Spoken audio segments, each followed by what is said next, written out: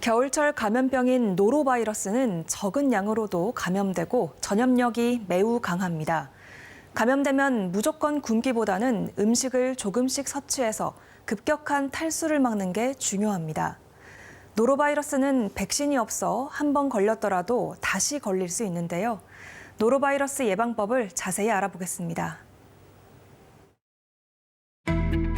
지난 1월 전북 순창에서 전지훈련을 하던 경기도의 한 고등학교 야구부 학생 20명이 집단 식중독 증세를 보였습니다. 학생들은 복통과 구토, 설사 증세를 보여 병원 치료를 받았는데요. 보건당국의 조사 결과 원인은 노로바이러스 감염으로 확인됐습니다. 노로바이러스는 매우 적은 양으로도 감염될 만큼 전염력이 매우 강한데요. 오염된 음식뿐 아니라 감염자의 손이나 구토물 등을 통해서도 순식간에 주변으로 퍼질 수 있습니다. 실제로 올해 노로바이러스 확산세는 예년보다 훨씬 가파른데요. 올 초부터 주간 환자 수가 수백 명대를 기록하며 최근 5년 사이 가장 높은 수준까지 치솟았습니다. 개인위생 관리와 음식 섭취에 더욱 신경 써야 하는 이유인데요.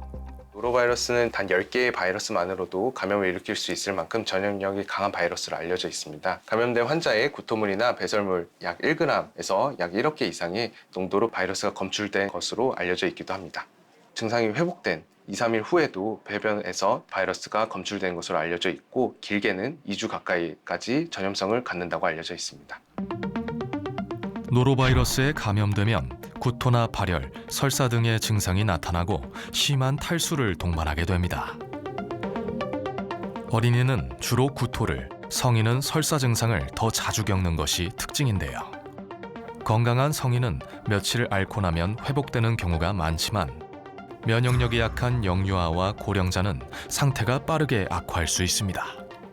탈수가 진행이 되면 고령층은 심장이나 콩팥의 부담이 많이 늘어나게 되고 그러다 보면 이제 심장 기능이 떨어지고 콩팥 기능이 떨어지면서 전신 상태가 급격하게 나빠질 수 있습니다. 구토가 3-4일 이내에 잡히지 않고 지속이 된다든지 아니면 설사를 하는데 피가 같이 섞여서 나온다든지 계속 잠을 자면서 의식이 좀 떨어지는 그런 양상을 보면 상당히 위험한 상황으로 가고 있다라고 판단을 하셔야 되겠습니다. 그렇다면 증상이 나타났을 땐 어떻게 대처해야 할까?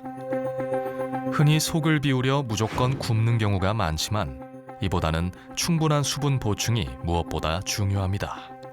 설사와 구토로 빠져나간 수분을 조금씩 자주 섭취해 급격한 탈수를 막는 게 우선인데요.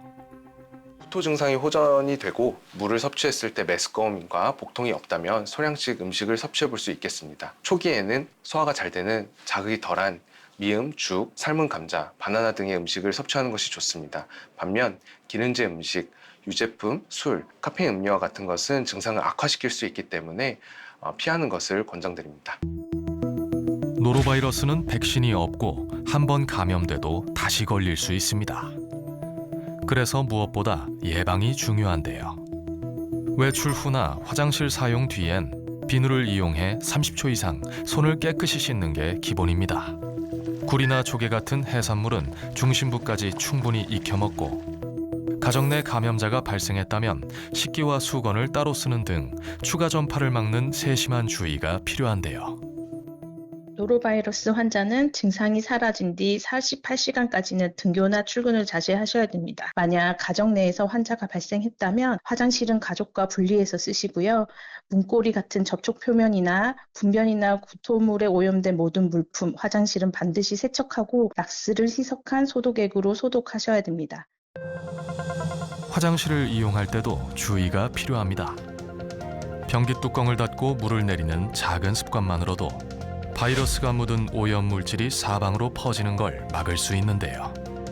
나부터 실천하는 노력이 우리 일상을 지키는 가장 확실한 예방책이 됩니다. 노로바이러스 확산세가 예년보다 빠릅니다. 음식을 충분히 익혀 먹고 기본 위생 수칙을 꼭 지키시기 바랍니다. 재난방송센터 오늘은 여기까지입니다. 고맙습니다.